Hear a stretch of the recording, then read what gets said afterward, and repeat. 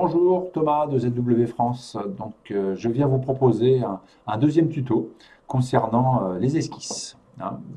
C'est parti. On va commencer ce tuto en nommant notre projet.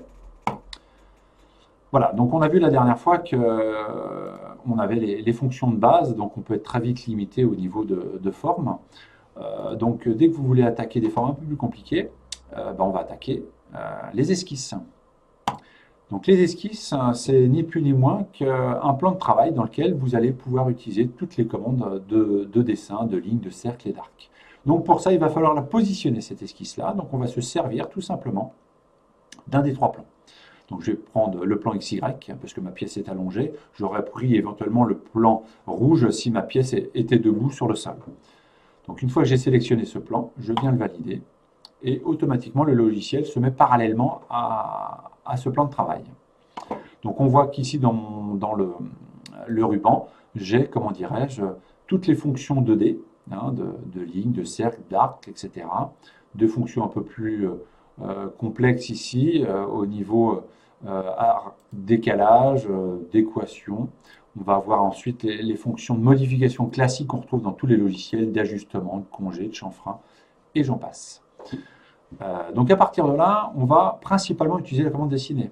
Ne vous embêtez pas forcément avec les segments, les polylignes. La commande dessiner fait le travail, c'est-à-dire qu'elle fait à la fois des segments, elle fait à la fois des arcs. C'est ce qu'on va voir. Donc on va attaquer directement avec la dessinée. On va cliquer ici. On va faire une forme, pour l'instant, simple, mais déjà, cette forme simple va avoir des petites informations ici qui sont intéressantes. C'est-à-dire qu'automatiquement, le logiciel, en plus de vous rajouter des traits, va vous rajouter des contraintes 2D de la géométrie. C'est-à-dire que si on déplace ici avec les points de jonction ici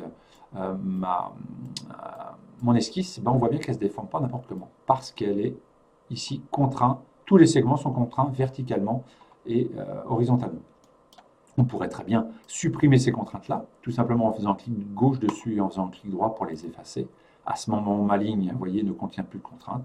Elle devient complètement libre. Donc, libre à moi de la contraindre. Donc, c'est pour ça qu'on va aller dans l'onglet contraintes et on va avoir un choix ici de contraintes diverses et variées. Donc, je vais ici lui donner une contrainte de verticalité. Donc, tout simplement, je vais sélectionner ma géométrie et je vais valider. Voilà, elle est redevenue contrainte. On va ensuite revenir dans l'esquisse et on va dessiner un deuxième contour ici. Voilà, tout simplement, en s'accrochant, vous voyez, sur ma ligne existante. Attention, on va ici bien penser à fermer notre contour. Les petits carrés bleus, vous indiquent que votre contour est ouvert, donc on va venir le fermer. C'est seulement si votre géométrie contient des points bleus qu'elle est bien fermée, et donc ce qui vous garantira de pouvoir la travailler en volume. Donc à partir de là, je vais pouvoir supprimer certains traits, notamment ce trait-là qui se trouve entre ces deux lignes-là. Donc pour ça, je vais modifier ma géométrie. Donc je vais aller dans les commandes de modification et je vais utiliser ici une des commandes d'ajustement. Donc ça va être ajuster la sélection. Donc j'ai deux traits l'un sur l'autre, donc je vais tout simplement cliquer sur les deux. Voilà.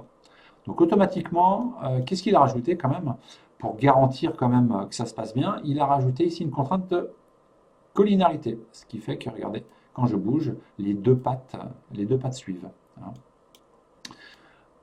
Après, libre à moi d'en rajouter. On a enlevé tout à l'heure une contrainte, ensuite on l'a rajoutée.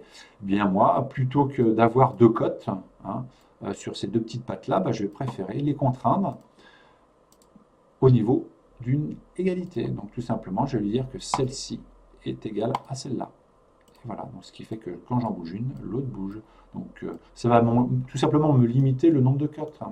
Donc sur des contours compliqués, on va préférer d'abord mettre des contraintes et seulement ensuite mettre des cotes. Donc on va attaquer la cotation. Donc là, il n'y a vraiment rien de compliqué, vu que c'est vos cotes qui pilotent votre géométrie. Donc on va voir que notre géométrie, tout doucement, va prendre forme. Voilà, 130, pardon. 130, je valide. Donc comme je vous disais tout à l'heure ici, on va décider que nos pattes font par exemple 20. Donc on voit bien que la deuxième a automatiquement changé. Je vais mettre une cote de hauteur ici. Donc vous voyez, tout doucement, ma géométrie change de couleur. C'est-à-dire que j'ai activé pour ça ce petit bouton-là, hein, ici, qui va me montrer si ma géométrie est bien contrainte. Donc en l'activant, je vois que ce qui est bleu est bien défini, c'est-à-dire que la ligne horizontale, typiquement, a une cote et la contrainte, hein, qui va lui permettre d'être fixée. Par contre, les entités noires, elles sont sous contrainte, donc ça veut dire qu'elles ont besoin, elles ont besoin d'être cotées. On voit bien qu'ici, on peut encore la bouger, cette géométrie-là, donc je vais venir la contraindre avec une cote, pardon, avec une cote, et à ce moment-là, tout doucement, voilà, ma géométrie devient bleue. Il va me rester ensuite à mettre ma profondeur ici. Je vais mettre 30. Et voilà, je suis bleu. Donc ça veut dire que globalement, il n'y a pas d'autres cotes à rajouter. Je pourrais en rajouter éventuellement, mais ce serait seulement des cotes pilotées, hein. Elles sont entre parenthèses. Donc ce sont des cotes qu'on peut garder, mais qui ne sont pas nécessaires, qui ne vont pas piloter la géométrie, hein. C'est des cotes qui, les cotes qui pilotent la géométrie, ce sont les cotes qui ne sont pas en parenthèse, hein. Voilà. Donc je peux la garder comme l'enlever très simplement en faisant sup. Voilà pour cette géométrie. Donc je vais sortir. Et à partir de là, je reviens dans ma vue isométrique automatiquement, hein. Je peux faire un petit CTRL-I pour mieux voir. Et à partir de là, je vais pouvoir extruder cette géométrie. Donc plusieurs manières pour extruder.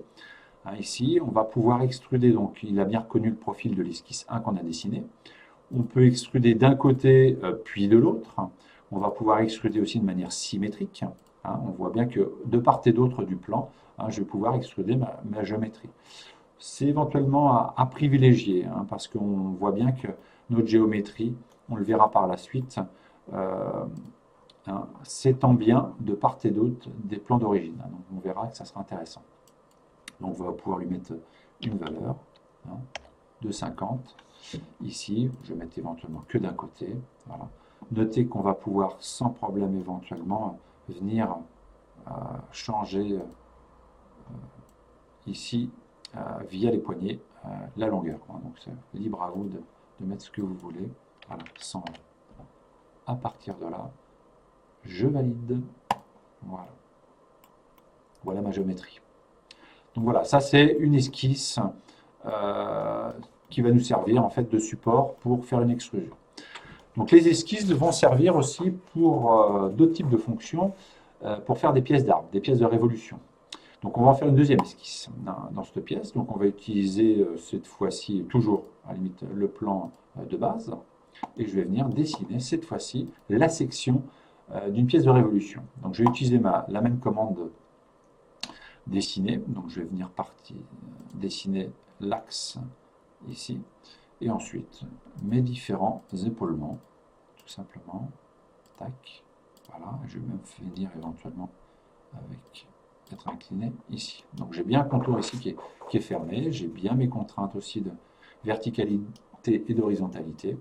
Je vais pouvoir de la même manière rajouter des cotes. Donc au niveau des cotes, attention, hein, c'est notre futur axe là qui va être indiqué ici. Donc on peut très bien ici, si on est feignant au niveau calcul, écrire une équation, hein. Voilà.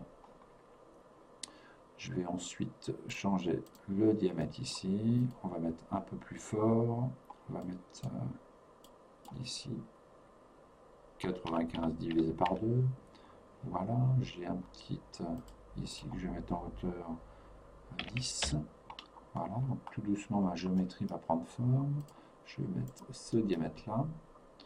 Donc là on est à 187. Donc, je vais écrire éventuellement que j'ai travaillé au rayon. Travailler au rayon. La longueur de mon épaulement, 50. Le positionnement de mon épaulement, 100. Voilà. Je vais pouvoir toujours, hein, avec la commande cotation, hein, mettre une cote d'angle, hein. Ne vous embêtez pas à aller chercher, voyez, en fonction de la position, ne vous embêtez pas à aller chercher éventuellement les cotations angulaires, hein, qui fera le même travail, mais ça vous évite un parcours de souris en moins. Voilà. Ici, donc voilà, ma géométrie est pas tout à fait cotée. Hein. On pourrait très bien rajouter d'autres cotes comme on a vu précédemment pour qu'elles deviennent complètement bleues. On pourra en rajouter après coup. Donc à partir de là, je vais sortir de cette esquisse. Et cette esquisse, cette fois-ci, je vais pouvoir faire une révolution. Donc de la même manière que l'extrusion, je vais sélectionner mon contour. Et attention, il va falloir sélectionner un axe. Donc vous voyez, on voit bien qu'en fonction de l'axe sélectionné, je n'ai pas du tout la même pièce. Donc tout simplement, graphiquement, je vais venir sélectionner mon axe central et faire une révolution totale ou partielle. Donc je vais dire que initialement, je pars à 0. Je pourrais éventuellement faire une révolution à 180 éventuellement, hein, vous voyez, ou éventuellement d'un angle particulier. Donc on va ici préférer faire une révolution totale. Et on valide. Voilà, on a ici une pièce d'arbre.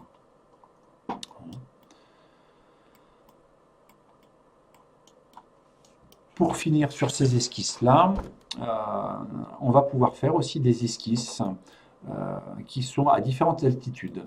Hein. Je m'explique. Donc on va faire, pour finir, une nouvelle esquisse.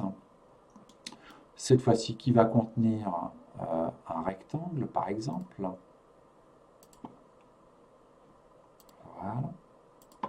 Que je vais valider. Et je vais sortir d'ici.